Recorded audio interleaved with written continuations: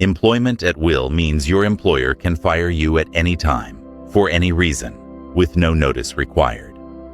This default employment arrangement affects most American workers, yet many don't fully understand their rights and vulnerabilities under this system. At its core, an employment at will contract establishes a flexible relationship where either the employer or employee can end employment at any time. No specific document is needed to create this relationship. It's actually the default status for most workers in the United States. This often comes as a surprise to employees who discover their at-will status only after termination.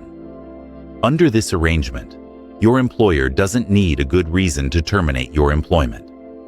They can let you go because of budget cuts, performance issues, or simply because they want to hire someone else. They aren't required to provide advance notice or explanation for their decision. This flexibility works both ways.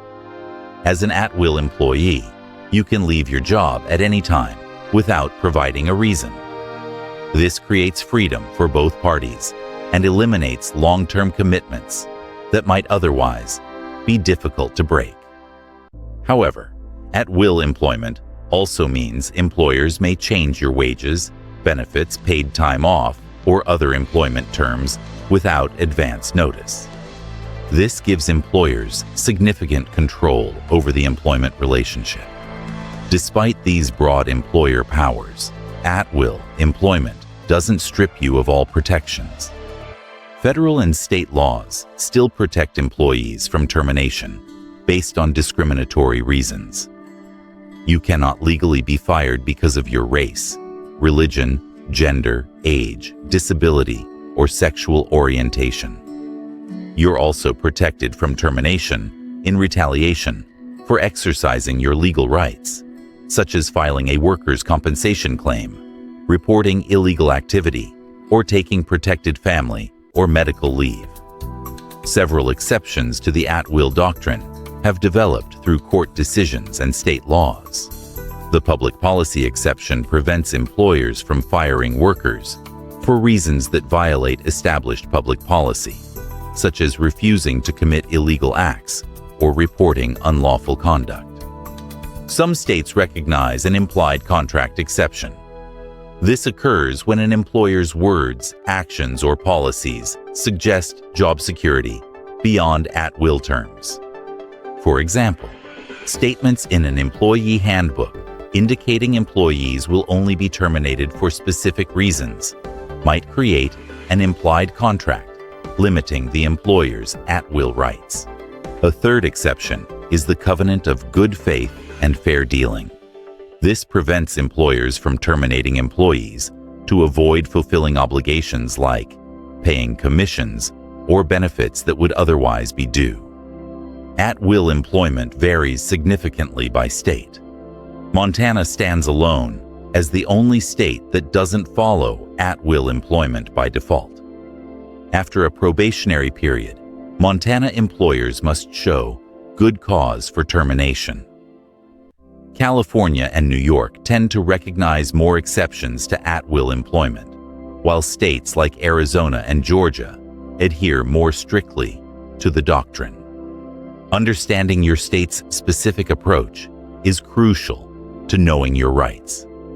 Some employment relationships operate under a just cause standard rather than at-will terms. This is common in unionized workplaces and many public sector jobs. Under just cause, employers must demonstrate valid reasons for termination, typically supported by documented performance issues or misconduct. The key difference is the burden of proof. In just cause termination, employers must show legitimate reasons for firing an employee. Employees are typically entitled to progressive discipline or internal review procedures before termination.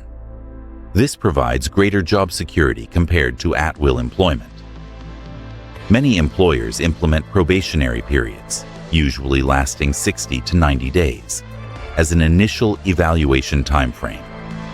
While these periods don't override at-will status, They signal a time when employers are actively assessing performance and fit. Some employees mistakenly believe that successfully completing a probationary period guarantees job security. Unless explicitly stated in writing, at-will terms still apply even after probation ends.